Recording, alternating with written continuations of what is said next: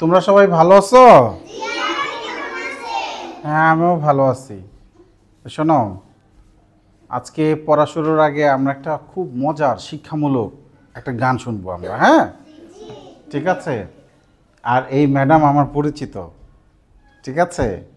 এই ম্যাডামকে আমি চিনি, তা আমার পরিচিত ম্যাডামের গান, হ্যাঁ? তানি ম্যাডাম বলি আমরা, রৌশন শরীফ তানি ম্যাডামের গান, হ্যাঁ? রেডি? মনোযোগ দেয়। আমি গান শোনার পর জিজ্ঞেস করব, গান শুনে কেউ কিছু বুঝলা কি না, কি বুঝলা, দেখি কে বুঝতে পারে গান শুনে। এখন যে গানটি করছি, গানটির কথা লিখেছেন আব্দুল লতিফ। এই গানটি তাহার বানানের একটি গান। শিশুকাল থেকে তাদের মনে শ্রমের মর্যাদা প্রতিষ্ঠার লক্ষ্যে এই গানটি আসবে প্রাথমিক বিদ্যালয়ে অন্তর্ভুক্ত করা হয়েছে। তাহলে লিখেছি এই গানটি।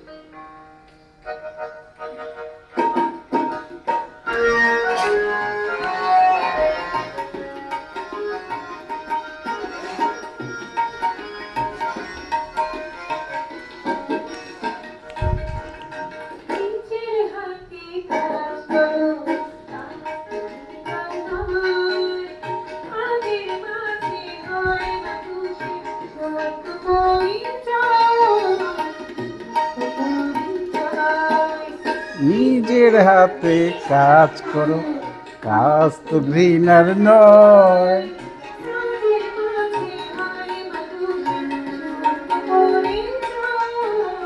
সত্য পরিচয়।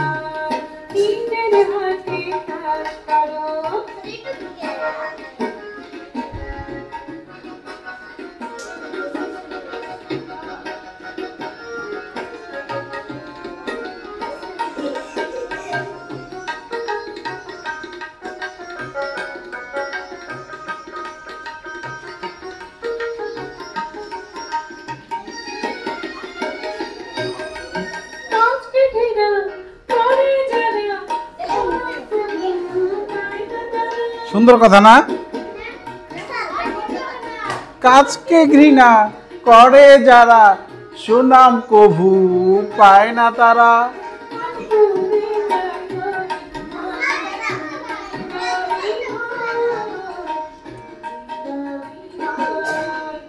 নিজের হাতে কাজ করো, কাজ তো ঘৃণার নয়। সত্য পরিচয়, সত্য পরিচয়। নিজের হাতে কাজ করো, কাজ তো ঘৃণার নয়। কাজের মাঝে হয় মানুষের সত্য পরিচয়, সত্য পরিচয়। মানে এই গানে তাহলে কি বুঝাইছে, কি বুঝাতে চাইছে? কি কেউ কিছু বুঝতে পেরেছো তোমরা? কিছু? এই যে আমি শোনাইলাম, নিজের হাতে কাজ করো, কাজ তো ঘৃণার নয়।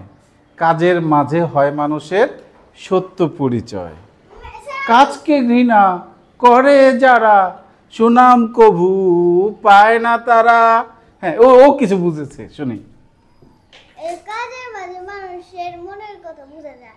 কাজের মাঝে মানুষের মনের কথা বোঝা যায়। ঠিক আছে, ও একটা কিছু বলেছে, ওর জন্য একটা হাততালি দাও। আর কে কি, আর কেউ কিছু? আমি বলি এবার এই গানে কি বোঝাতে চেয়েছে। কাজ অনেক গুরুত্বপূর্ণ। যারা কাজ করতে চায় না তারা এই সমাজে সম্মান পায় না। যারা অলস, নিজের খেয়াল খুশিতে চলে, কাজ করে না, ভালো কাজ করে না, তারা এই সমাজে সম্মান পায় না। আমাদের মহানবী হযরত মুহাম্মদ সাল্লাল্লাহু আলাইহি সাল্লামকে নিয়ে যে অধ্যায় আমরা পড়তেছি, সেও নিজের হাতে কাজ করত। দেখো, একটা দলে 9 জন, সে নিজে যায় বলছে আমার মাথায় মাটি উঠে দাও, বলছে না? নিজের হাতে কাজ করা।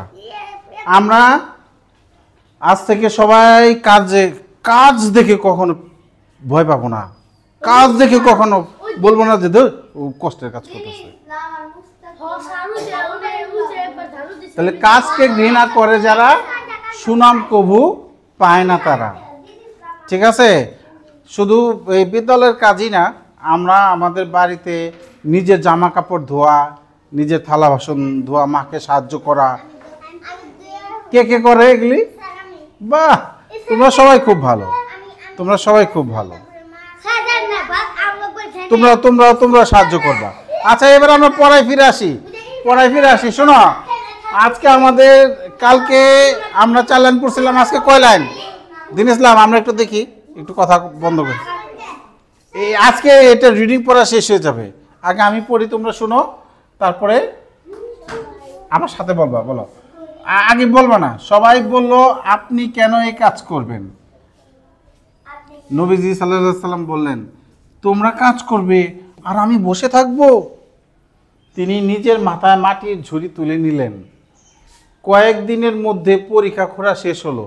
সবাই বুঝলো একসাথে করলে কাজ সহজ হয়। আবার আমরা পড়ি। হ্যাঁ, সবাই বলল আপনি কেন এই কাজ করবেন? নবীজি সাল্লাল্লাহু আলাইহি সাল্লাম বললেন, তোমরা কাজ করবে আর আমি বসে থাকবো। তিনি নিজের মাথায় মাটির ঝুড়ি তুলে নিলেন। কয়েকদিনের মধ্যে পরীক্ষা করা শেষ হলো। সবাই বুঝলো একসাথে করলে কাজ সহজ হয়। এবার আমার সাথে বলো, ঠিক আছে? আমার পরে, এবার আমার পরে বলবে। হ্যাঁ,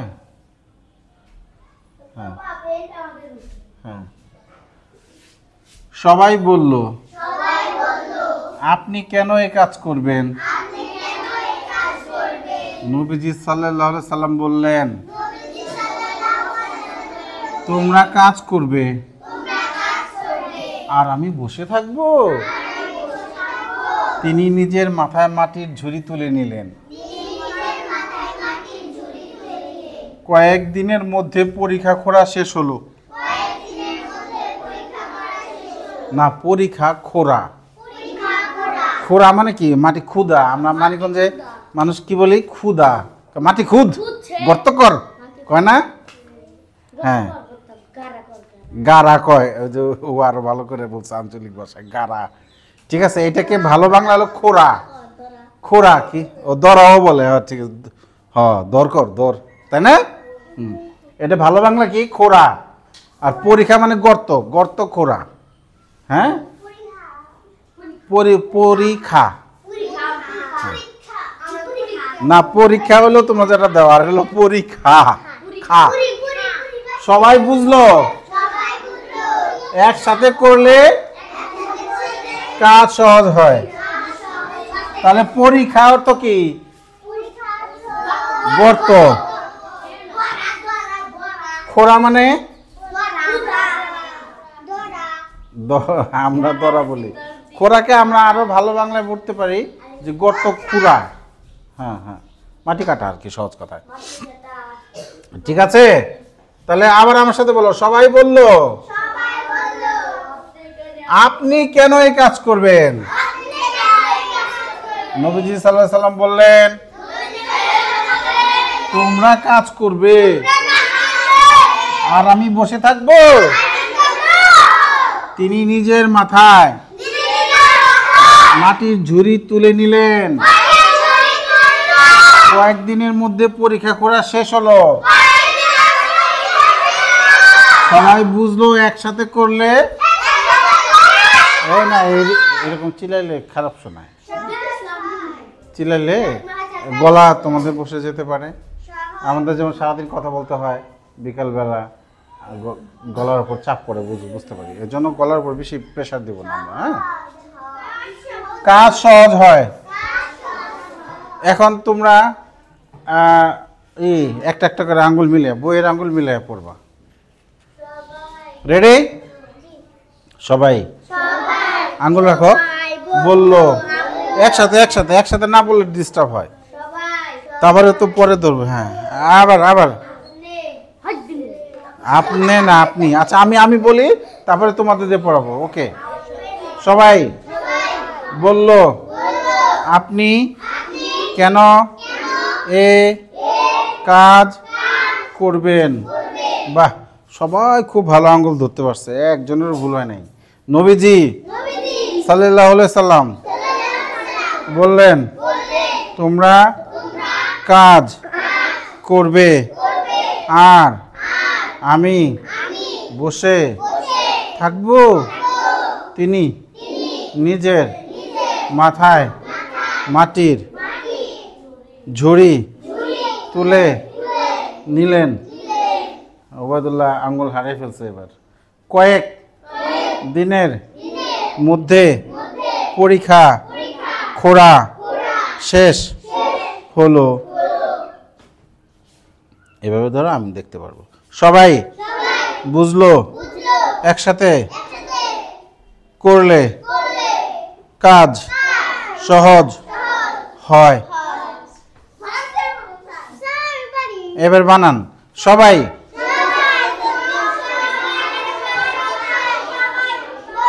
বলো।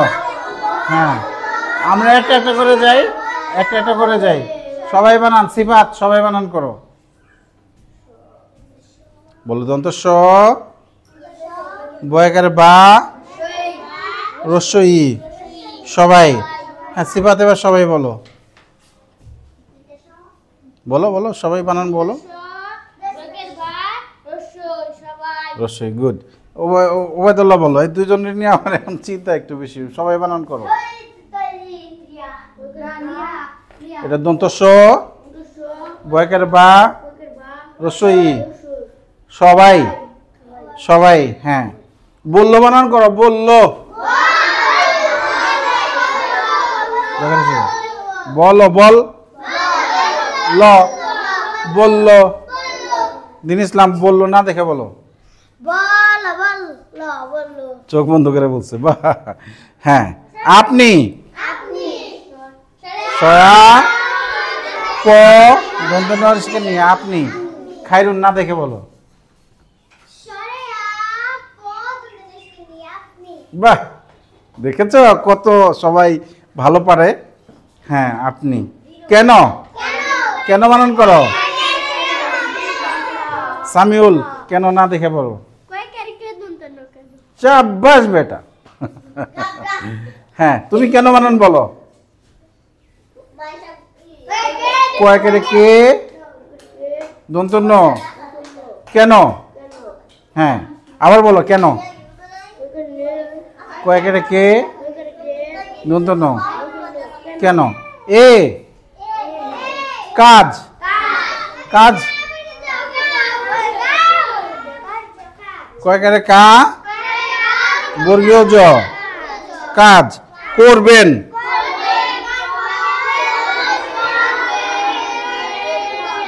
বলো কর কর। বেন হয় কিভাবে বেন। হ্যাঁ রিয়া করবেন।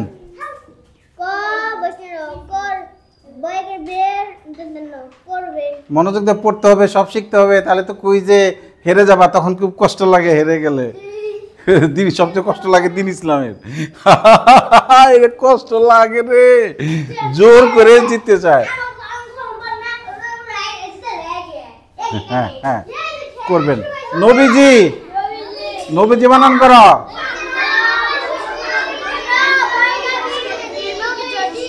হ্যাঁ এখন তোমরা পড়তে থাকো, যেটা বানান পারবা না ওইটা আমার কাছে জিজ্ঞেস করবা। হ্যাঁ পড়ো পড়ো বানান, পড়ো পড়ো।